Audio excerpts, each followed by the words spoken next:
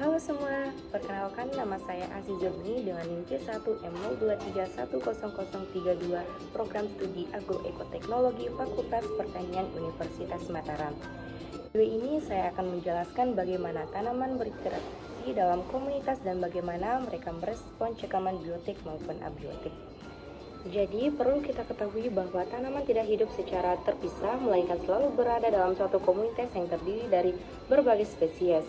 Dalam komunitas tersebut, tanaman berinteraksi satu sama lain, baik secara langsung seperti berebut cahaya dan nutrisi, maupun secara tidak langsung melalui pengaruh kimia, mikroorganisme tanah, atau kondisi lingkungan. Selain interaksi antar tanaman, pertumbuhan dan perkembangan tanaman juga dipengaruhi oleh berbagai faktor cekaman atau stres. Secara umum, cekaman yang dialami tanaman dibagi menjadi dua, yaitu cekaman biotik dan cekaman abiotik. Cekaman biotik berasal dari makhluk hidup seperti hama, patogen, dan gulma, sedangkan cekaman abiotik berasal dari lingkungan fisik seperti kekeringan, salinitas, suhu ekstrim, atau intensitas cahaya yang terlalu tinggi. Selanjutnya, cekaman tanaman. Cekaman tanaman adalah kondisi ketika tanaman mengalami gangguan atau tekanan dari lingkungan yang membuat pertumbuhannya tidak optimal. Saat mengalami cekaman, tanaman harus mengubah fisiologi, metabolisme, atau morfologi untuk bertahan hidup. Cekaman biotik dan abiotik mempengaruhi kesehatan tanaman secara signifikan. Hama dan kekeringan adalah contoh utama yang dapat merusak pertumbuhan dan produktivitas tanaman, mengharuskan penyesuaian dan strategi adaptasi. Misalnya, hama bisa merusak jaringan tanaman, menyebabkan kerusakan daun, batang, atau akar. Sementara itu, kekeringan dapat menurunkan kemampuan tanaman dalam melakukan fotosintesis karena kekurangan air. Jika tanaman tidak mampu beradaptasi terhadap cekaman tersebut, maka pertumbuhannya akan terhambat dan produktivitasnya turun. Karena itu, tanaman memerlukan strategi adaptasi tertentu untuk bisa bertahan dalam kondisi stres. Selanjutnya, struktur komunitas tanaman. Komunitas tanaman adalah kumpulan berbagai jenis tanaman yang hidup bersama dalam satu area tertentu. Struktur komunitas ini dipengaruhi oleh berbagai faktor ekologis seperti cahaya, air, unsur hara, dan sifat tanah.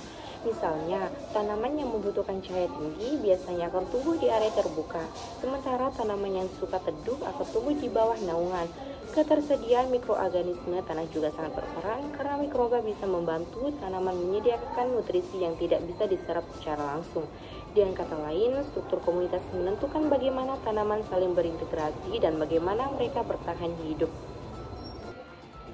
Adapun jenis interaksi tanaman yang dibagi menjadi 5 jenis hubungan. Yang pertama itu ada kompetisi. Kompetisi adalah interaksi yang paling sering terjadi di lapangan, terutama pada sistem pertanian dengan gulma yang tidak terkendali.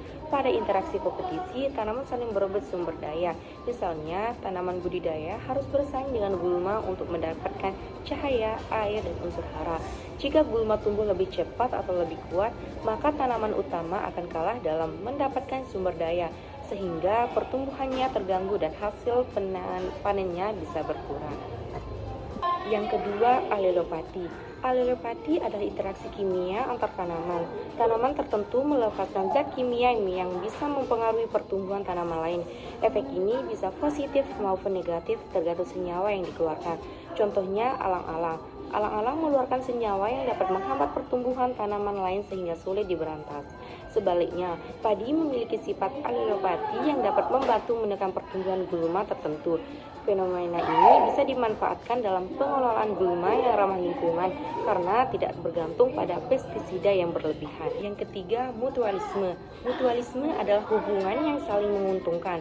Contohnya paling umum adalah mikoriza, yaitu jamur yang hidup di akar tanaman dan membantu penyerapan nutrisi terutama fosfor. Sebagai gantinya, jamur mendapatkan karbohidrat dari tanaman. Selain itu, tanaman legum bekerja sama dengan bakteri rhizobium untuk mengikat nitrogen dari udara dan mengubahnya menjadi bentuk yang bisa digunakan tanaman. Hubungan mutualisme ini sangat menguntungkan terutama pada tanah yang miskin nitrogen. Yang keempat, netralisme. Netralisme adalah hubungan ketika dua tanaman hidup berdampingan tetapi tidak saling mempengaruhi. Artinya, keduanya tetap tumbuh normal karena kebutuhan ruang atau sumber dayanya tidak saling tumpang tindih. Walaupun netralisme tidak selalu terlihat jelas, hubungan ini tetap penting dalam ekosistem alami yang memiliki keragaman sangat tinggi. Yang kelima, parasitisme. Parasitisme adalah interaksi di mana satu tanaman mengambil manfaat dari tanaman lain tetapi merugikan inangnya. Contohnya benalu atau tali putri yang menempel pada tanaman utama dan menyerap nutrisi langsung dari tubuh tanaman tersebut. Jika tidak dikendalikan, parasit ini dapat melemahkan tanaman inang dan bahkan menyebabkan kematian tanaman tersebut. Selanjutnya, di sini ada cekaman biotik. Cekaman biotik adalah kondisi stres pada tanaman yang disebabkan oleh makhluk hidup lain di sekitarnya. Cekaman ini terjadi ketika organisme lain mengganggu pertumbuhan, perkembangan, atau produktivitas tanaman. Karena sumber gangguannya adalah makhluk hidup, cekaman ini bersifat dinamis dan bisa berubah-ubah tergantung kondisi lingkungan serta integrasi antar organisme. Cekaman biotik merupakan tekanan yang disebabkan oleh organisme hidup lain seperti hama, penyakit, dan gulma. Pada hama seperti ulat, kutu daun, atau serangga lainnya merusak bagian tanaman dengan cara memakan daun, batang, atau buah. Akibatnya, tanaman kehilangan jaringan penting dan pertumbuhannya terganggu. Pada penyakit disebabkan oleh jamur, bakteri, atau virus, penyakit ini bisa membuat daun bercak, tanaman layu, atau akar membusuk. Penyakit biasanya menyebar cepat dan bisa menyerang banyak tanaman sekaligus. Ini adalah tanaman pengganggu yang berebut cahaya, air, dan nutrisi dengan tanaman utama. Karena pertumbuhannya lebih cepat, gulma bisa membuat tanaman utama kalah bersaing dengan hasilnya turun. Adapun dapat cekaman biotik pada tanaman, cekaman hama memberikan dampak yang cukup besar terhadap pertumbuhan tanaman. Serangan hama seperti ulat, werong, atau kutu daun dapat merusak daun, batang, maupun akar sehingga kemampuan tanaman menyerap cahaya, air, dan nutrisi menurun. Kerusakan pada daun juga mengurangi proses fotosintesis, menyebabkan tanaman kurang energi untuk tumbuh. Selain itu, tanaman harus mengalihkan energinya untuk bertahan sehingga pertumbuhan dan biomasanya menjadi terhambat. Banyak hama juga berperan sebagai pembawa penyakit, sehingga kerusakan yang terjadi bisa semakin parah. Pada tingkat serangan berat, cekaman hama dapat menurunkan hasil panen secara signifikan, bahkan menyebabkan kematian pada tanaman. Adapun respon tanaman terhadap cekaman biotik. Untuk menghadapi cekaman biotik, tanaman memiliki sistem pertahanan. Yang pertama, tanaman dapat mengaktifkan gen pertahanan yang berguna untuk melawan serangan hama atau penyakit. Tanaman juga memproduksi fitoaleksin, yaitu senyawa kimia yang berfungsi sebagai antibodi alami. Selain itu, tanaman memperkuat dinding selnya agar lebih tahan terhadap serangan. Tanaman juga mengaktifkan hormon pertahanan seperti asam salisifat dan jasmonat untuk memicu respon imun. Selanjutnya, cekaman abiotik. Cekaman abiotik ini berasal dari kondisi lingkungan yang tidak ideal seperti kekeringan, salinitas, suhu ekstrim, dan intensitas cahaya yang terlalu tinggi. Cekaman ini sulit dikendalikan karena dipengaruhi oleh iklim, cuaca, dan kondisi tanah. Dampaknya bisa menghambat proses fotosintesis, respirasi, serta metabolisme tanaman sehingga pertumbuhannya menjadi tidak optimal. Cekaman abiotik adalah stres yang berasal dari faktor lingkungan non-hidup, dan pada tanaman ada 4 jenis cekaman utama yang umum terjadi, yaitu kekeringan, salinitas, suhu, dan cahaya. Kekeringan terjadi ketika ketersediaan air di tanah sangat rendah.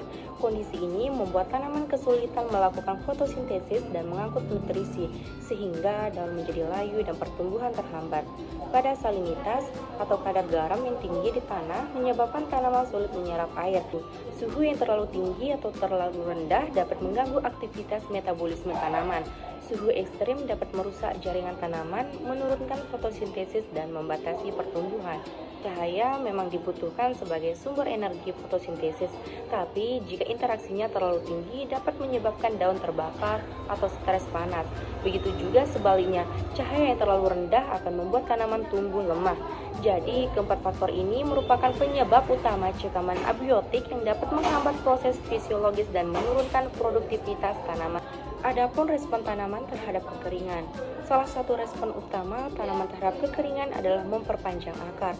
Dengan akar yang lebih panjang dan lebih dalam, tanaman bisa mencapai sumber air yang lebih jauh. Ini adalah bentuk adaptasi penting agar tanaman bisa bertahan hidup dalam kondisi kering dan panas.